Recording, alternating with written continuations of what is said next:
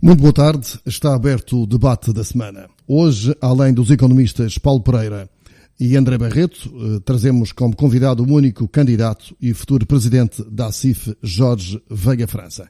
Este seria o preâmbulo correto, só que André Barreto, por motivos particulares, à última hora não consegue estar presente neste debate, o que naturalmente vai nos causar alguma tristeza, dado o combate animado e a valência e competência que André Barreto costuma trazer aos nossos programas.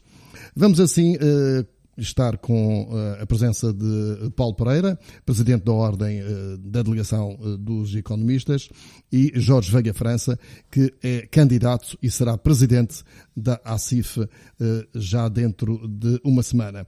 A ACIF é uma organização fundada a 20 de janeiro de 1836 como Câmara de Comércio do Funchal. Só a partir de 1976 passou a se designar Associação Comercial e Industrial do Funchal. A ACIF, graças ao seu crescimento do setor industrial e consequente peso na economia regional e à visão de um grupo de dirigentes da ACIF de então, em 1976, dos quais recordo o engenheiro Humberto Ornelas e o Dr. Francisco da Costa, grandes impulsionadores desta associação.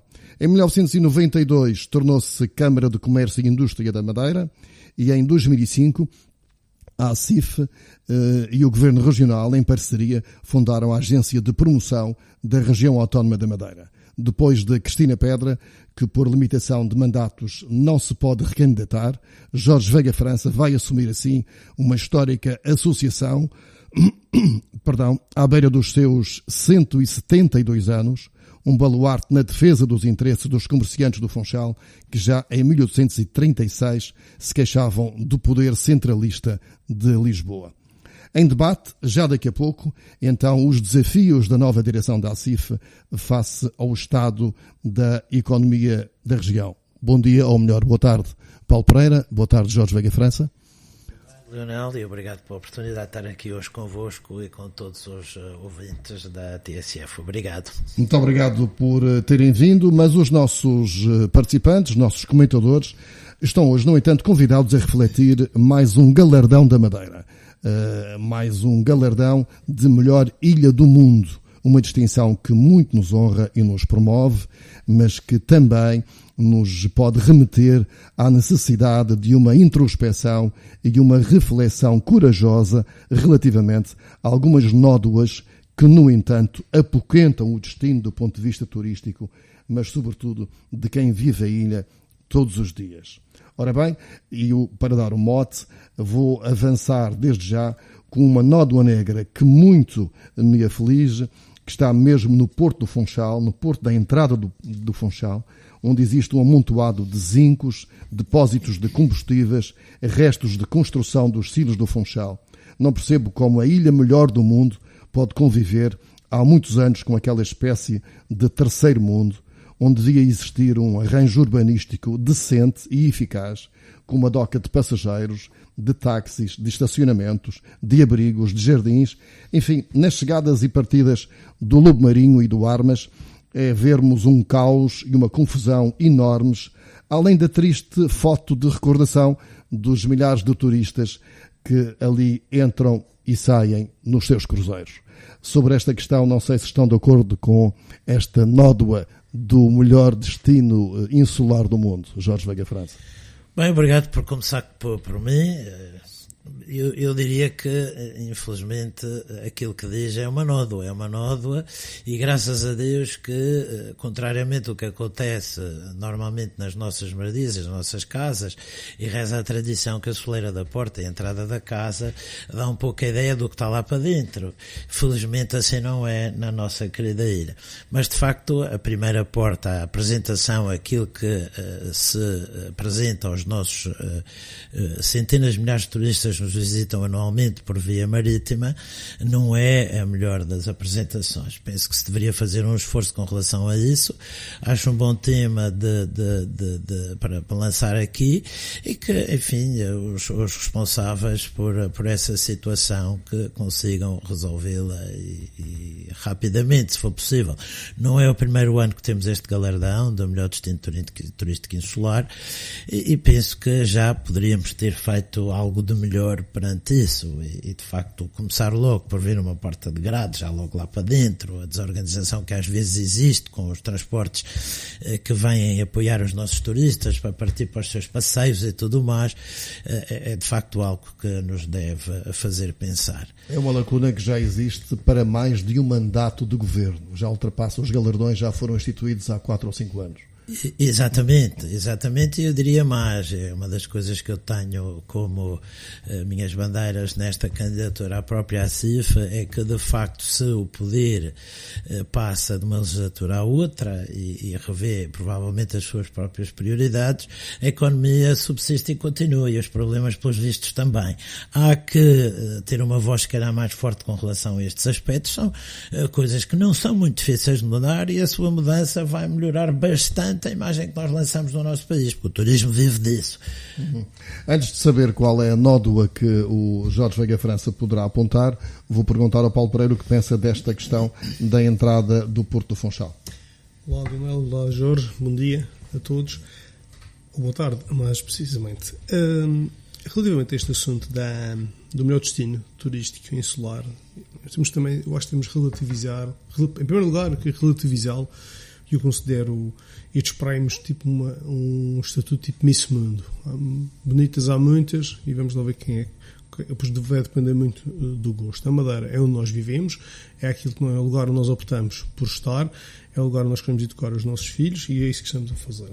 Gostamos muito da Madeira e temos de tratar dela, porque precisamos dela e ela merece que seja tratada. Ainda bem que há muita gente que gosta dela, e só podemos melhorar, porque a natureza fez um excelente trabalho ao fazer a Madeira, e desde que o homem chegou cá se tem feito o condão de estragá-la. Felizmente é tão resiliente que tem perdoado 600 anos de ação humana, que é legítima também, porque nós somos seres humanos e temos que dominar a natureza para procriarmos e sobrevivermos.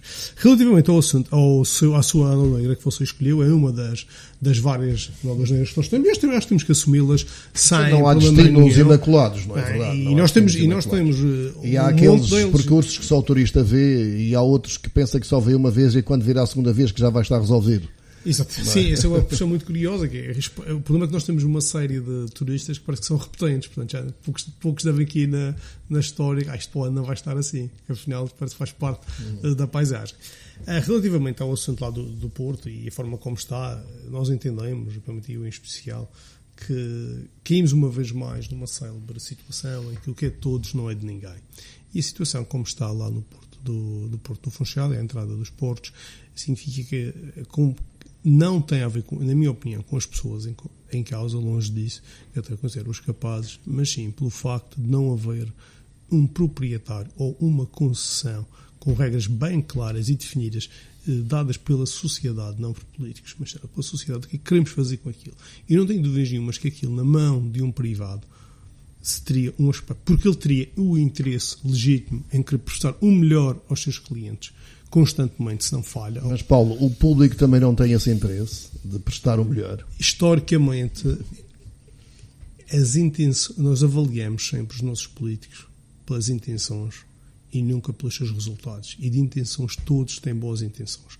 Resultados, historicamente, todos os governos, até porque isto não é hoje vamos debater isso, que é muito mais complexíssimo, mas está provado que os incentivos dos governantes públicos são diferentes dos incentivos que fazem tomar decisões os privados. E por isso é que você, quando vai, normalmente, você tem os jardins de todos os hotéis que você vá, dos mais humildes aos mais luxuosos, mais bem tratados, os melhores jardins, públicos, e não é porque as pessoas contratam os melhores, porque tem uma forma. E o mesmo está a acontecer nessa perspectiva aqui na entrada do Porto Funchal, vou dar um exemplo. Que anos a fio continua igual. Nem mais, por exemplo, nós na Conferência Anual do Turismo da Ordem dos Economistas do passado dia 12 de outubro tivemos um painel em que um dos convidados foi o CEO do Lisbon Cruise Terminal, que é um investimento privado, por acaso há um grupo madeirense minoritário nesse investimento, e foi um investimento todo privado, na ordem dos 25 milhões de euros, e que tem um dos melhores terminais de cruzeiros da Europa. Uma aposta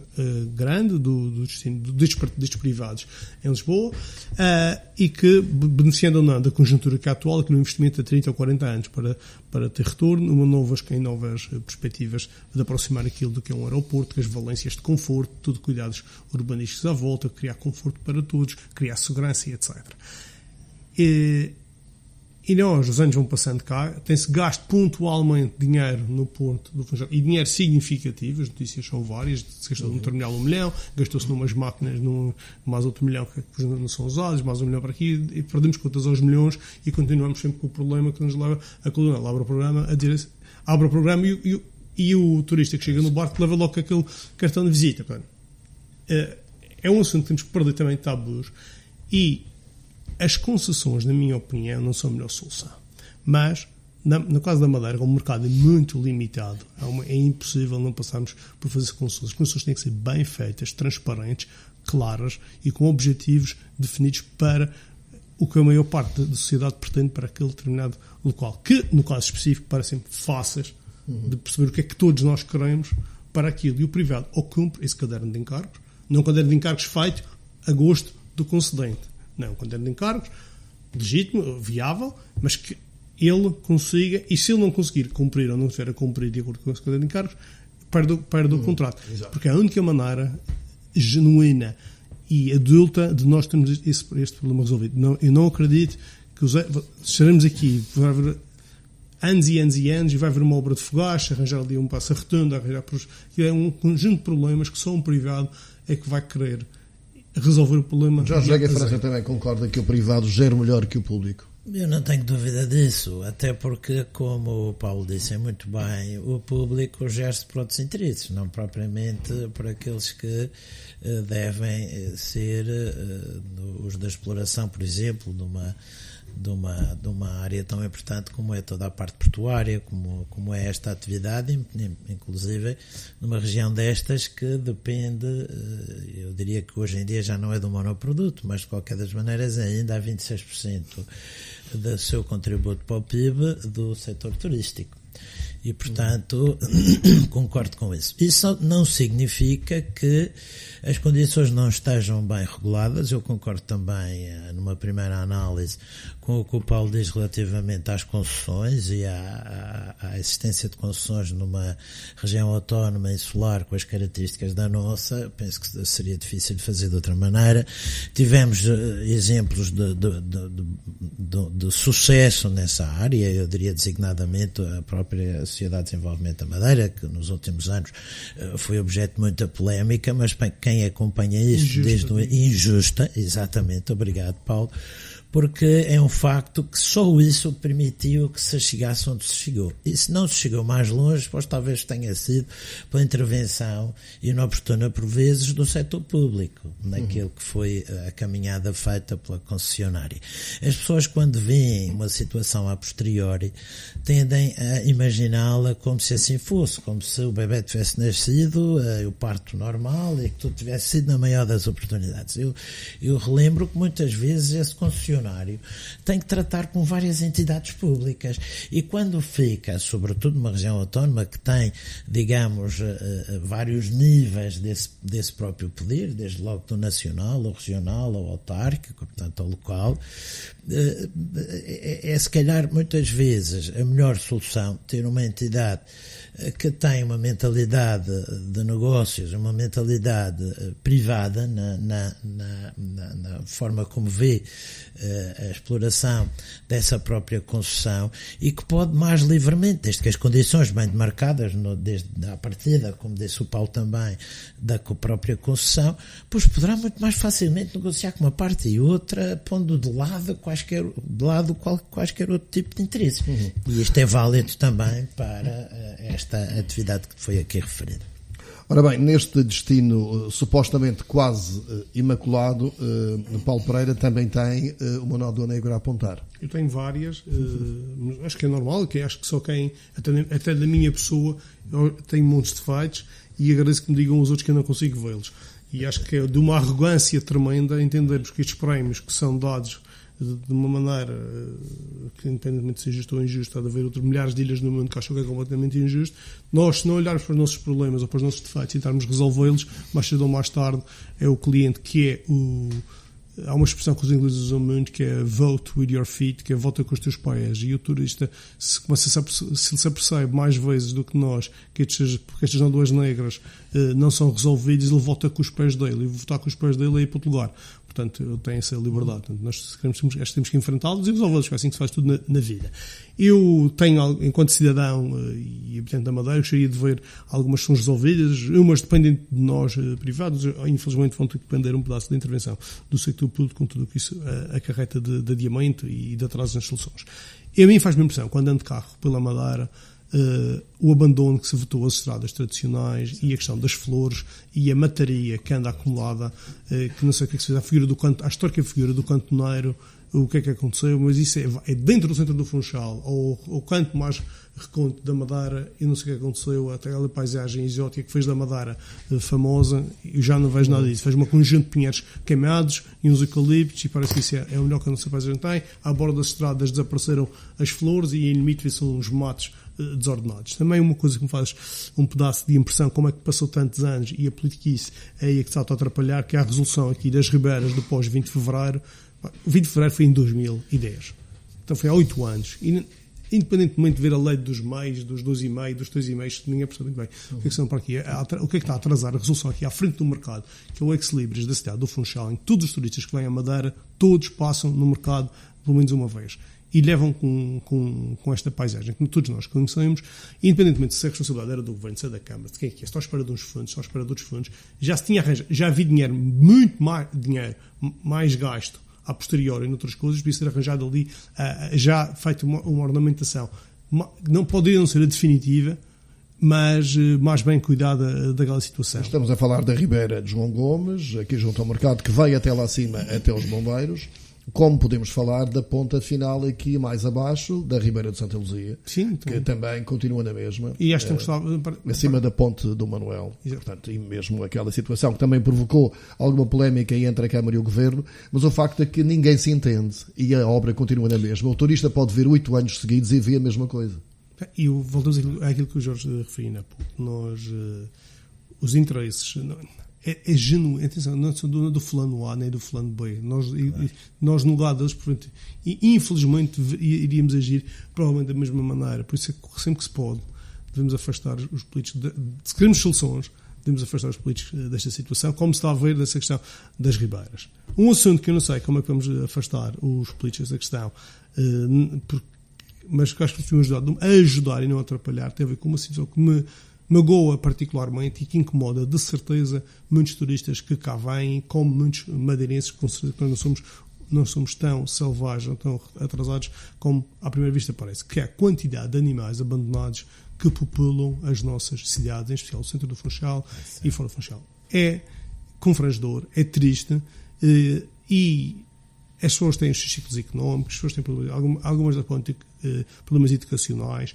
Eu acho que há modelos de sucesso na Holanda e nos lugares de combater a erradicação dos animais abandonados. Não deve ser também, acho que não se deve criar um Auschwitz e um holocausto animal, que também discordo com essa solução. Mas os programas de castração têm que ser implementados se calhar, provavelmente, com um programa forte de esclarecimento das pessoas. Não é mandar umas cartas, como eu que tenho um animal demais, que recebi uma vez, parecia que tinha que identificar o animal, que tenho X dias até identificar o animal para fazer nada, e eu pensei assim, com estas cartas, vai lançar o pânico, vão disparar os animais abandonados. As pessoas à primeira vista não percebem o que é que está ali, parece que ter o animal é um problema, e a primeira coisa é pôr isto fora antes que eles venham cá a casa me multar. Mas são, entre muitas, estas são as nódoas negras. Algumas que podem ser aqui avançadas. Jorge Veiga França, neste destino brilhante, sumptuoso, enfim, agraciado, também vê alguma nódoa negra além destas? Pois eu vejo, sim, vejo, como disse o Paulo e o próprio Leonel referiu, pois haverá sempre nódoas negras, haverá sempre algo que melhorar. Eu acho que se não houvesse, como disse o Paulo, algo estaria muito errado e nós completamente invidentes. O problema é que algumas persistem. Exatamente. Cada vez mais negras. Exatamente. A escolha das nódoas negras, o seu grau de importância vai depender um pouco daquelas que se calhar nos chamam mais a atenção por uma razão ou outra, mesmo que seja cultural ou educacional. Mas, tendo uma preocupação, como já referi há pouco, da Madeira como destino turístico, sendo o turismo o principal responsável, o primeiro pilar económico do desenvolvimento e da riqueza da nossa terra, eu escolhi a minha nódoa virado para aí. E penso um pouco naquilo que é, infelizmente, eu não sei se já aconteceu, mas com certeza que já aconteceu a qualquer um de nós, num feriado durante a semana, ou mesmo num domingo, vir a passear para o centro do Funchal, para o núcleo histórico e a cruzar-se com turistas que tenham vindo a bordo dos barcos que nos visitam. E, sinceramente, olhar à minha volta e pensar com os meus botões, 90 e tal % das pessoas que eu vejo à minha volta são turistas, vejo casas comerciais fechadas, vejo cafés, muitos deles fechados, restaurantes idem aspas, uma desertificação, se eu puder pôr assim, do centro do Funchal.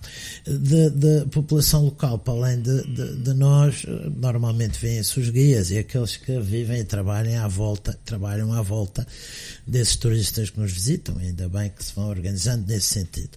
A minha palavra de ordem seria pensar e aliás, numa análise prévia, numa discussão antes de encetar o programa, o Paulo referia bem este meu comentário, pois, e a partir das 8 da noite, bom, se nós estamos a falar em alturas de festa, como pode ser o Natal, à volta da sede do Funchal, por exemplo, à volta da sede do Funchal, não há movimento nenhum depois das 7 da tarde.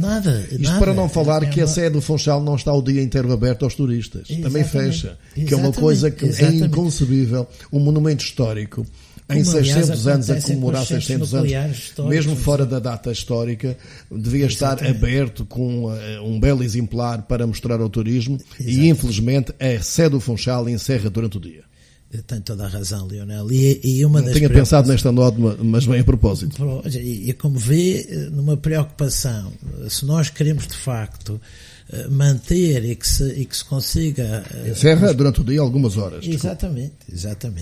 Nós temos que ter presente a realidade. E se nós queremos continuar a ter essa imagem, mesmo que, e o natural é que mais ano, menos ano, sejamos destronados com esse galardão, passe para outra região insular que não a nossa, mas se não soubermos olhar para estes problemas e tentar colmatá-los, sem dúvida nenhuma que nós só vamos sair de uma posição de pódio para uma posição, sabe-se lá, completamente fora do cenário. E isso seria terrível para nós, porque nós vivemos acima de tudo disso. Tem que haver a preocupação de criar várias diversificações, mas eu penso que tem que haver... Estava a falar que depois das 7, 8 da noite que não há ninguém no Funchal. Não há nada, a cidade nada morre. Acontece, nada se passa. A cidade morre. Isto faz-me lembrar quando, em 75, eu tive que abandonar, por razões óbvias e conhecidas daqueles que têm a minha idade, e fui estudar para o estrangeiro. Acabei por ir parar à Bélgica e ir para uma cidade universitária de nome Louvain-la-Neuve. Essa cidade, cheguei num domingo e desembarquei do autocarro com um primo meu que me acompanhou nesses estudos, porque estavam fechadas as faculdades a novos estudantes que quisessem começar os seus estudos universitários no nosso país. E a primeira imagem que me ficou dessa cidade, que é uma cidade universitária, e que o é em pleno, foi olhar para a parede de um prédio e ver um palhaço a chorar e uma inscrição que dizia: a vida está morta, o palhaço chora. E a minha vontade, sinceramente, foi, não fará o meu primo parar, era apanhar novamente o autocarro para trás e ir para qualquer outra parte do mundo. Ora, vejamos, nós estamos aqui a falar de uma terra de turismo. E se há uma imagem que tão pouco me esquece, e que um homem do outro lado do mundo, já reformado seguramente hoje em dia, mas que foi o responsável por fazer de Hong Kong, pelo governo inglês, aquilo que Hong Kong virou no futuro, um grande tigre asiático, o Len Dunning, que muito nos ajudou na promoção da Madeira, do Centro Internacional de Negócios daquela parte do mundo, na altura do arranque deste projeto e da nossa promoção por aqueles lados, aliás, pelo mundo inteiro. E o Len dizia-me sempre: Jorge, eu faço isto porque fiz a Segunda Guerra Mundial enquanto mancebo, um jovem, no norte da África, e quando a guerra terminou e um barco nos veio buscar aos milhares de soldados que tinham sobrevivido à Segunda Guerra para regressar ao Reino Unido, a primeira paragem que nós fizemos foi por esta ilha magnífica, e ele diz que antes de ver terra já lhe cheirava a flores, a vegetação, a terra. E o que ele diz é que quando chegaram, ele ficou fascinado com a adoração por esta terra e decidiu colaborar com o nosso desenvolvimento, a diversificação da nossa economia, porque foi disso que se tratou com o desenvolvimento do Centro Internacional de Negócios. E ele, essa imagem nunca esqueceu. Lembra-se também que comprou uma boneca com a cara de cerâmica e o resto de pano, trapo, que era uma boneca típica tradicional da Madeira. Onde é que se vêem essas bonecas? Por acaso outro dia encontrei no aeroporto Cristiano Ronaldo e fiquei contentíssimo. Veio para a minha neta numa visita rápida a Lisboa para que ela tenha essa imagem que é parte da tradição madeirense. As coisas evoluem. Mas a imagem das flores sobre as ribeiras já não encontra. Isso está a falhar. Está a falhar. Se o senhor cá viesse agora, iria ver, como dizia o Paulo, se calhar árvores incendiadas. Aliás, basta olhar para as serras e ver-se isso. E há que de facto tratar aquilo que é o nosso ganha-pão. E a nossa beleza, o nosso ordenamento do território, etc., é parte desse ganha-pão. Lembrava-me, a propósito, só para fechar, de uma outra nódoa negra, e que tem a ver com o poder público e, eventualmente, com uma conjugação, uma ligação melhor entre a Câmara e o Governo, o Largo do Pelourinho. Repetidamente está há anos à espera de novos encontros arqueológicos, com certeza, novos achados, porque aquilo está sempre na mesma, com alguns bares ali a definhar, e em que nós passamos a olhar assim... Um ponto de vergonha. Exatamente. Aquilo ali é uma nódoa de vergonha atrás da estátua de autonomia. Realmente não se entende como é que, anos a fio, também, tal como a entrada do Porto, aquilo esteja assim. Eu concordo. Eu sou morador desta zona onde nós estamos e dessa zona em particular, porque é mesmo aqui ao lado, e levo com esse pequeno almoço diariamente. Eu acho que foi uma oportunidade perdida essa grande obra que se fez ali da junção das ribeiras e depois, consequentemente, a alteração depois chegou-se ao lado do Pelourinho. Até pessoalmente, quase que prefiro o fim que se dava a essa zona antes, que era o parque de estacionamento para os senhores deputados, estava mais bem entregue do que aquilo como está hoje. Aquilo está hoje. Lembrar-se por lá umas pedras, para lembrar que aquilo era o Forte de São Filipe, que é outra coisa, que nem uma imagem tem, um turista era para aquilo, nem percebe-se aquilo. O que é isto? O Forte de São Filipe, pelo menos tinha uma réplica lá para se ver o que era. Nem eu sei o que era aqui. Fez lá um monte de pedras, como vocês veem, umas antigas, outras enfiadas à força, sem lógica nenhuma. Mato, tem aqueles bares, aquele quarteirão todo, deve estar à espera que o novo proprietário, com certeza, que há de fazer ali um hotel e no antigo espaço de Encelar, e com isso automaticamente vai resolver a parte dele, há de ficar resolvida, a parte pública, aquilo que aí naquelas armadilhas das arqueologias. E é um problema. O que é que se vai fazer com aquilo? Eu lembro-me perfeitamente, e o Jorge também deve-se lembrar disso, não é que vocês não se lembrem, mas é que é mais ligado ao nosso área. O BCP, quando abria a sua sede na Rua Augusta, em Lisboa, quando estava a preparar o edifício, descobri para lá, nas caves, um acervo romano. E teve que comprar o prédio do lado, e aquele ficou lá para o museu, que ainda lá está hoje. E vai lá, e umas pedras, um agrupamento de pedras também. E o mundo, nós somos os saudosistas das portas do Funchal, do Pilhar de Banja e das muralhas antigas da cidade, que ainda há uma réstia ali perto da Dolce Vita. Mas o desenvolvimento também tem que ser feito e algumas coisas têm que ser perdidas, inevitavelmente. E ou temos um grande arquiteto e temos a humildade de buscar alguém fora, que deu antes, faça-me aqui algo que se coadunar esta... Até que um grande arquiteto poderia marcar também a cidade no sentido de ser uma mais-valia turística. Também aí isso não é uma temos. oportunidade, historicamente, e começando no Tecnopolo, que é em qualquer cidade que vá ou que vamos visitar com algum grau de civilizacional, as universidades são um ponto de orgulho arquitetónico. É o seu conteúdo académico e a vaidade do edifício.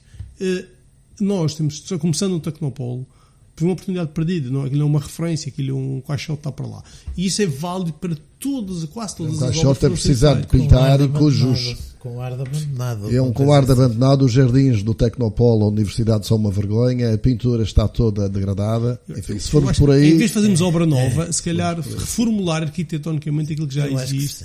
Eu acho que sim. Eu sou Paulo, se me permite que eu interrompa, porque disse aí algumas coisas que eu acho que são importantes no futuro do nosso turismo, a nível estratégico e a nível político, mas de política de turismo. Estamos ao fim e ao cabo a entrar nos desafios da ACIF. Eu penso que sim, estamos a entrar nos desafios da ACIF e eu diria uma coisa. O turismo, sem dúvida nenhuma, que alguém perguntava outro dia à doutora Cristina Pedra, a minha antecessora e ainda em funções, presidente cessante, sobre se nós continuaríamos daqui por diante turístico-dependentes ou turismo-dependentes. Claro que isso é óbvio, mas isso não significa também, como disse a minha o turismo representa 25% do emprego, não é? E são 26% do PIB regional. Tem uma coisa, é que ele é fundamental, ele pode ser bem explorado. O próprio país no seu todo despertou para esse mesmo turismo. Lisboa era o que era antes, hoje em dia já sabe fazer hotelaria, aprendeu rápido. Mas também tem que ter cuidado com algumas coisas, e eu aí diria que é isto, pegando em alguns dos aspectos que o Paulo referiu. Eu não vejo mal que se vão tentar recuperar questões históricas que foram marcos do nosso desenvolvimento. Acho que sim, sem dúvida nenhuma, teremos que estar atualizados, teremos que utilizar a inovação tecnológica, mesmo as novas tecnologias, os hologramas e coisas do género, até nos nossos museus, tentar criar algo mais dinâmico e que permita a dinâmica e o interface entre o visitante da região ou do museu ou no núcleo museológico e, enfim, o próprio núcleo museológico e as entidades responsáveis por essas mesmas, a manutenção desses mesmos núcleos e museus e, enfim, essa parte histórica nossa. Eu penso que é importante que se desenvolva um turismo histórico, um turismo cultural, proposição, nos identifique. Mas saibamos fazer as coisas do princípio até ao fim, não deixar as coisas pela metade, não deixar as coisas como parece, olha, começaram para aqui a explorar sabe-se lá o quê e depois foi deixado pela metade, nem uma explicação clara existe, e se calhar o turista vai à procura dela. Aquele turista que, conforme eu dizia há pouco, o turista que, conforme eu dizia há pouco, vem uma vez, pensa que para o ano estará resolvido. O problema é que já lá vão, em alguns casos, 8 anos ou mais. E continua tudo igual. Portanto, há que ter alguém que se preocupe com estas coisas, que se saiba incutir uma dinâmica que é empresarial e que tem que ser, obviamente. Eu não digo que não tenha que haver um controle do público, mas muitas vezes a intervenção do público amarra, estraga e não ajuda.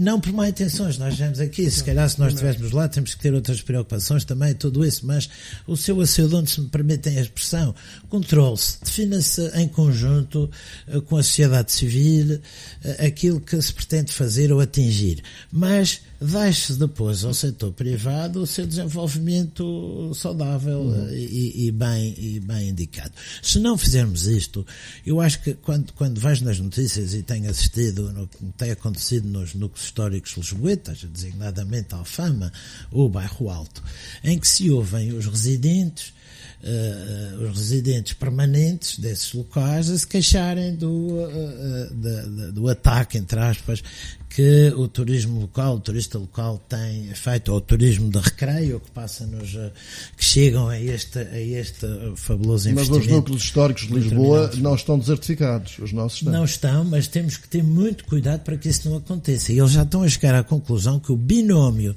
turista, visitante e residente local tem de ser equilibrado. Ora, como tudo na vida, nós temos que encontrar o equilíbrio. E não há equilíbrio. Aqui estamos a caminhar sobre esse para a aspecto, eu lembro-me que até pior. nas massas de Lisboa, este ano, falava-se que não havia militantes, não havia residentes dos bairros de Lisboa para as próprias marchas, porque já não havia residentes suficientes. Exatamente, eles fogem e há que ter uma certa atenção. Portanto, eu acho atrair mais população residente à baixa do Funchal. Eu acho que é fundamental fazer isso e é preciso criar condições para que isso venha a acontecer. E aí, evidentemente, que a parte do contributo do público, quer ele seja o local ou o regional, ou mesmo o nacional, pondo ajudas à disposição. Mais que incentivos, se calhar no mínimo não atrapalhar. Exatamente, Paulo. Diga, desenvolva, parece que... Não, todos nós sabemos, independentemente das cores camarárias, vamos falar do caso específico que estamos aqui a falar. Os projetos, historicamente, o problema da desertificação do Funchal não vem de agora, vem desde que isso é relativamente novo e é um assunto histórico. As reabilitações verdadeiras, não é? Remodelações internas de um prédio que já estava bonzinho, são poucas e casuísticas no Funchal, isso contam-se pelos dedos. As habitações novas foram feitas no Funchal nos últimos 30 anos. Dolce Vita, Anadia, o Medical Center, alguns poucos apartamentos, um outro prédio da Rua do Carmo, na Praça do Carmo, apartamentos novos, soluções novas para as pessoas, não têm surgido. Em desses dos promotores não querem fazer, não é que as pessoas não querem viver no Funchal. Cria-se tantas dificuldades e quase que só para ter uma cidade abandonada aqui aos pedaços, como acontecia em Lisboa, não há muitos anos, em que se bastava, porque em Lisboa, lembra-se, e o Porto então, que eu vi no Porto e que parecia que estava tudo entregue ao abandono. As autarquias, em geral, têm que aprender a ser mais rápido. Boas intenções têm, atenção, não são as pessoas em causa. É os modelos criados desincentivam os promotores, e tudo que desincentiva e atrapalha o promotor reflete-se no fim em preço, e preços altos afastam o cliente, e isto entra a seguir no círculo vicioso. Vamos sempre para as periferias, onde preferimos destruir um bananal também porque mancha outra vez a paisagem. Exatamente. Porque andamos a destruir a paisagem e abandonamos os centros e criamos novas, entre aspas, novas centralidades, não porque elas tivessem uma potência natural para isso, mas quase que as pessoas foram obrigadas a encontrar essas soluções, como a ajuda e como a zona das Madalenas. Se calhar muitas dessas construção deveria estar naturalmente no Funchal, e o equivalente em Santa Cruz, e o equivalente nas outras cidades todas. Atenção. Entramos já em alguns desafios para a CIF, para a nova direção que vai tomar posse na próxima semana com a liderança do Jorge Veiga França. Eu lembrava que, por exemplo, são enormes os desafios, ou são vários os desafios. A economia regional é pobre, ou relativamente pobre, é dependente do exterior, do turismo particularmente. O tecido empresarial é fraco, constituído por micro e médias empresas. O desemprego ainda é elevado, à volta de 9%. Há fracos apoios ao investimento. Os transportes é uma dor de cabeça. Jorge Veiga França, o que é que o motiva a avançar para a CIF com estes problemas todos? Bom, desde logo, em primeiro lugar, obrigado por esta oportunidade. Eu diria que tudo aquilo que disse, Lionel, são os meus desafios, com mais alguns em cima, é exatamente isso. Não estou, novamente, não ponho em questão, tenho-me referido inúmeras vezes ao trabalho brilhante que foi feito pela direção cessante, ainda em funções, mas evidentemente que eu diria que sou pela continuidade da mudança, ou a mudança na continuidade, se quiser. Temos que olhar para esses aspectos e se calhar tentar ver de que forma já muitos dos aspectos que nós aqui falamos venham a ser abordados para que se consigam fundos comunitários, designadamente para a formação e fundos a formação dos próprios microempresários a que o Lionel se referiu, e muitos deles com lojas, com pequeno comércio, com pequeno retalho, com pequenos serviços no Funchal.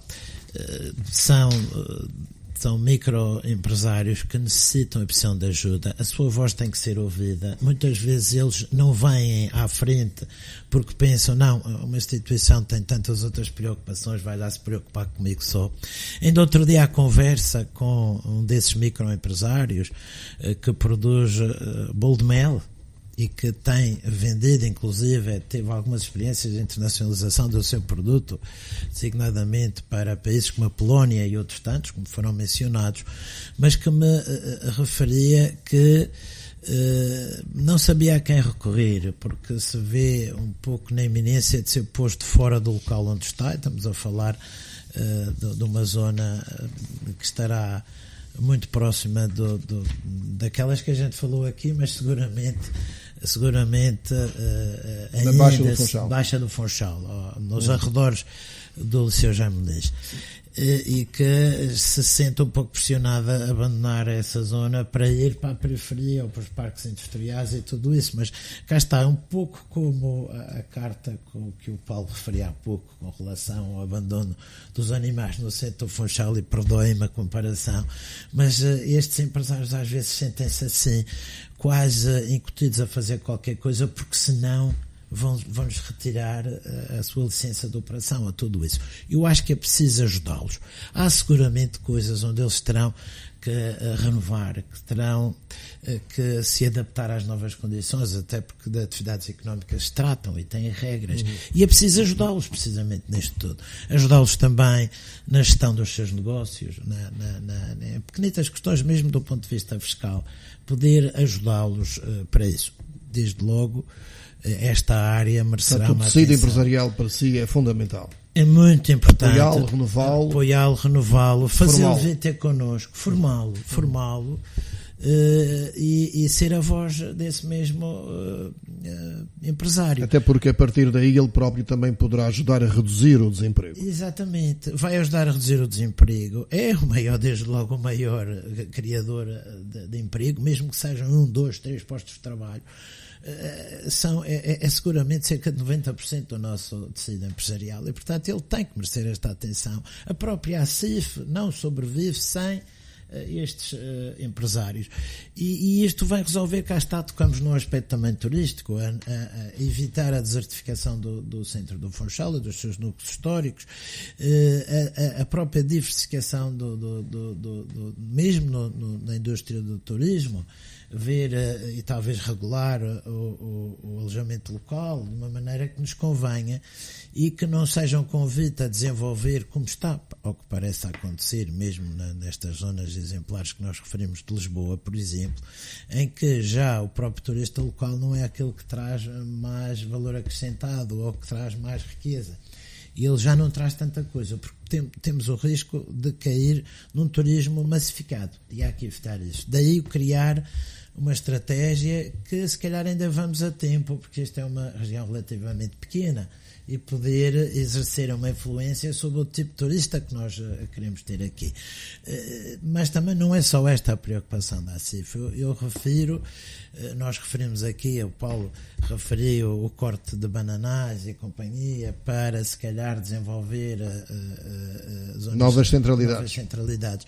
Pois eu penso que é preciso apoiar também tudo o que é o produto agroalimentar, agropecuário, regional, de qualidade, sem dúvida nenhuma, promover a formação. Há algumas que estão a ser feitas, sem sombra de dúvidas, nos fitossanitários, o Prodrama, etc. Mas se calhar nós poderemos ir um bocadinho mais longe. promover o aproveitamento de parques industriais que foram construídos, malgré bon gré, como se costuma dizer em francês, por esta ilha toda, e que agora, se nós vamos... Alguns em abandono. Completamente abandonados, com ervas pelos lados, mas onde foram desenvolvidas todas as infraestruturas básicas. Porque não até para o desenvolvimento da floricultura? Não vejo porque é que a floricultura está a morrer na Madeira. É preciso apoiar o seu renascimento. É parte da imagem de sempre da Ilha da Madeira. E o Jardim do Atlântico, e não o que está a acontecer hoje em dia. Tem que ser o setor privado a fazer. Desde logo o público já fez a sua prestação quando desenvolveu esses parques.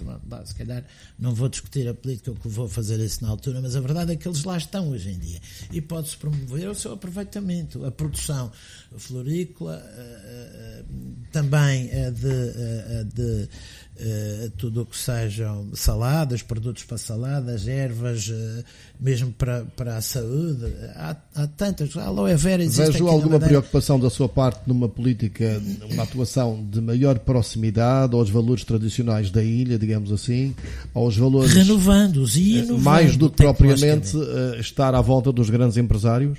Não. As duas coisas são fundamentais. Têm que ser tratadas de igual nível, igual consideração. Os grandes empresários, desde logo, têm uma capacidade e são potencialmente grandes investidores naquilo que são áreas, algumas daqui que a gente já referiu aqui. Eles são fundamentais. E, desde logo, eles são responsáveis pela criação também de muitos postos de trabalho e da sua manutenção mais fácil. Mas, e seguramente... Não descurar os grandes, mas não abandonar os mais pequenos. Exatamente, Leonel. Relativamente às grandes questões, não sei se o Paulo quer comentar este aspecto. Posso dar antes de avançar uma chega, aproveitando aqui a figura do futuro, a presença do futuro presidente da ACIF. Eu vou fazer só uma pequena reserva. Eu tinha, na altura que estavam as duas listas vivas, eu tinha a felicidade de ser amigo e próximo dos dois candidatos, e com muitos amigos comuns em ambas as listas, em ambas eu reconhecia imensa capacidade técnica e de valia pessoal e humana. Portanto, se o Jorge concordou com qualquer um, o que é que o Sérgio, o que é que o Jorge, a ACIF queria bem entregue, quis o destino e as decisões que o Jorge não teve a oportunidade de ganhar as eleições em ambiente, como eu queria, com certeza, ficará muito bem entregue à ACIF, como tentado no passado, e só lhe desejo as maiores felicidades e tenho certeza que as coisas vão correr muito bem. Desde já, porque o Jorge porque nesta continuidade em mudança, como tudo na vida tem que mudar e evoluir, e seria assim se eventualmente a Dra. Cristina Pereira tivesse até ela própria continuado o tempo, acho que é isso, recomenda. Nós temos de nos lembrar sempre, esta preocupação com os pequenos empresários é fundamental. Temos de nos lembrar que os dois maiores entraves ao crescimento económico são impostos e burocracia. Exatamente. E a burocracia é crescente em Portugal, é crescente na União Europeia, a Comissão Europeia desnata montes de legislação nova todos os dias, ninguém sabe bem para quem, ninguém sabe o que é que eles metem lá, o que nós sabemos é os impactos que isso tem no dia-a-dia. Essa burocracia, essa legislação excessiva e essas exigências, quando chegam ao comércio, faz com que os pequenos comerciantes tenham que usar os seus parcos recursos, muitas vezes a pagar a consultores, a juristas, a gestores economistas, para ir à procura desse saber, para poderem fazer aquilo que já faziam antes. E isso tira-lhes competitividade, ou porque não acedem a esse, não têm fundos para aceder a esse conhecimento, ou porque vão desviar os fundos que tinham para fazer investimento, requalificação, blá blá blá, dos seus espaços, vão gastar para saber como é que eu vou me safar destes problemas legais. E a ACIF, enquanto associação dos empresários, tem que combater esta situação. E os grandes empresários são importantes, mas eles têm recursos. Eles já têm recursos, têm as suas estruturas internalizadas, todas estas figuras. O pequeno e médio empresário, muitas vezes, ou porque não sabe ou porque não pode, e compete então à associação voluntária, que é isso que a ACIF é, uma associação voluntária de empresários, para conseguir escala e proporcionar técnicos, porque são muitos a pagar, os mesmos técnicos, permite que eles sejam acessíveis a quem eles não estavam acessíveis anteriormente. E essa preocupação que aqui o Jorge Veiga França tem trazido constantemente com o pequeno comerciante, desde a formação ao esclarecimento, é que lhe vai permitir a ele ter ferramentas para ele operar e combater não em igualdade, que isso é impossível, mas em menor desigualdade com outro tipo de empresários com mais recursos financeiros. A CIF é fundamental nesse aspecto, porque ela dá, juntos somos mais fortes, não é? E ela permite que muitos pequenos empresários consigam aceder a saber e a apoio que de outra maneira não teriam. Vou tocar em 2 ou 3 aspectos cruciais e que são já repetidos, digamos assim, na necessidade de ultrapassar, como, por exemplo, os transportes. Qual é a sua visão, tanto em relação aos transportes aéreos como marítimos? Obrigado pela questão, Lionel. Eu só gostaria de, se me permitisse, antes de entrar nesse capítulo, aproveitar o que o Paulo disse. Primeiro para agradecer, ele retratou exatamente o que me traz em contínua presença em preocupações da ACIF. Mas há um outro aspecto que ele referiu, e eu acho que merece aqui uma palavra, tem a ver com as dificuldades normalmente que enfrentam os empresários de uma forma geral e os microempresários de uma forma especial e particular e muito mais forte e com mais impacto, que é, por um lado, a burocracia ou a eurocracia, que é terrível e há que tentar diminuí-la. Também, pela minha parte, muitas vezes não percebo as medidas que vêm a ser. Penso que são pessoas que se afastaram tanto daquilo que os levou lá, dos seus países, que os nomearam para os postos que têm hoje em dia e vivem numa realidade que é completamente... É uma total discrepância com a realidade do dia-a-dia e isso, sem dúvida nenhuma, em regiões ultraperiféricas como a nossa. Esse é um aspecto. O outro é o aspecto fiscal, que eu considero importante, e aqui gostaria só apenas de deixar um parênteses de felicitação ao orçamento que foi ao governo, que criou este orçamento para 2019 com relação a este aspecto fiscal, que será, não é sobremaneira, mas é já alguma coisa, um alívio fiscal aos microempresários, na medida em vão que ter um desagravamento fiscal substancial aí, designadamente os pequenos. Eu penso que sim, penso que ele já é relevante. E é na medida em que o poder público o pode fazer, porque o orçamento não é ilimitado e então, como também não são os recursos deste mesmo que governo. é um escalão mais baixo. Não é? Exatamente. A nível do IRC, e desde que a matéria coletável das pequenas empresas seja inferior ou igual a 15 mil euros, os 16% de IRC, que era mais reduzido que a taxa normal, passa a 13,6%, a imagem que acontece nos Açores. Isto e em relação ao outro escalão, dos 21 o escalão normal, dos 21 para os 20, é uma medida que demonstra a intenção de ajuda. Não é muito grande, mas já é qualquer coisa. Vamos aos poucos. Não esqueçamos que no âmbito do Centro Internacional de Negócios, e ele não é feito só para os estrangeiros que vêm para cá, as empresas locais também podem aceder se estiverem. E as nacionais também. As nacionais não estão cá, já poderiam estar cá há mais tempo. Exatamente. Começam-se a ver algumas, mas há de facto também aí, penso que há um papel que não ajuda muito para isso do Poder Central, que as Açores está também. Mas eu acho que é importante, de facto, mais de 20 anos do Centro Internacional de Negócios da Madeira, talvez o mercado nacional já pudesse ter outra reação e acreditar mais na região. Sem sombra de dúvidas. Tudo quem, preveja na sua atividade uma internacionalização, olha para aqui, tem um IRC de 5%. E isso já não é mau. Será que o empresário nacional sabe bem desse alcance? Sabe. Por vezes há umas conferências no Porto, que vai do Dr. Miguel Albuquerque, outras que vão a delegações promocionais do Centro Nacional de Negócios, mas nós vemos que em 20 e poucos anos que não houve esse aproveitamento. Eu vou ser politicamente incorreto, porque o Jorge não pode ser. E você acha que eles não sabem ou que não os deixam? Não sei, não acontece. Todos não me parecem ser. Na minha opinião, não acontece. Informação flui. Porquê que não vai? Responda ao empresário. É um ponto muito será curioso perceber porquê. Todos não são. Incompetentes não são. A informação flui. Tem acesso a ela. É bom. Porquê que não vai? Pois, há aqui algo que o Jorge Veiga França poderá tentar no futuro, até com a experiência que tem no Centro Nacional de Negócios, tentar desenvolver. Claro. E vamos fazer uma defesa, desde já, perante a própria Comissão Europeia, contra, as posições que têm vindo a público dessa mesma comissão. Parece que desconhecem a realidade. Nós só temos 5 minutos, não poderíamos desenvolver mais esse aspecto, até tendo em vista outras praças europeias com atratividade maior. Não será o tema agora. Com certeza, mas o Leonel tinha-me feito uma pergunta. Sobre os transportes, que são tema, e é um tema crucial para o desenvolvimento da região, a entrada e saída de pessoas e mercadorias. Sem sombra de dúvidas. Eu acho que as acessibilidades têm que estar sempre na primeira linha das preocupações de associações como a CIF, que é um parceiro desde já económico e social importantíssimo, e portanto, nem que seja, isso tem que fazer sempre parte do diálogo a desenvolver com as autoridades e com o setor público. As acessibilidades são muito importantes. Acho que, desde logo, o turismo não subsiste sem isso. Eu diria que, mais do que fator de sustentabilidade, é um fator de insustentabilidade do setor turístico.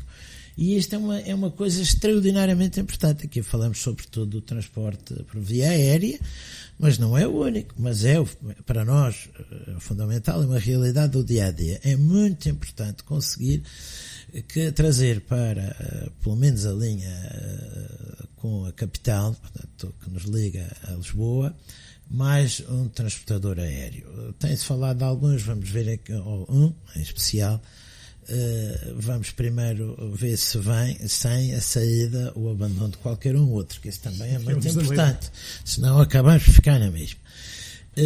Isso é fundamental. Primeiro porque nós ainda temos capacidade disponível no aeroporto Cristiano Ronaldo.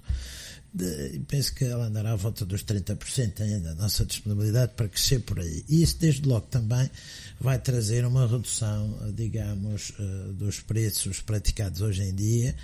E primeiro porque é mais um operador, segundo porque aqui se trata de acabar com o duopólio. E um duopólio, para quem é economista, que é uma coisa que se percebe perfeitamente, onde existem dois operadores. É pior que o monopólio. É pior que o monopólio. E não deixa de qual deles vai crescer mais, não é? Não deixa de ter condições idênticas ao monopólio, porque eles fixam o seu valor. Ora, repara. Cria a ilusão de concorrência. Ora, exatamente. Qualquer economia tem que ter em público os dados que têm a ver com tudo o que é o agregado no setor. E, portanto, se eu sou um dos operadores, sei perfeitamente quanto é que o outro está a fazer. Isto são contas da Lana Caprina, eu diria mesmo de merceeiro. Não é muito difícil. Assim como também, temos de resumir mais uma transportadora para a concorrência. Mais uma transportadora e a nível marítimo, creio que defende um ferry todo o ano. Bem, o título não foi eu que eu escolhi.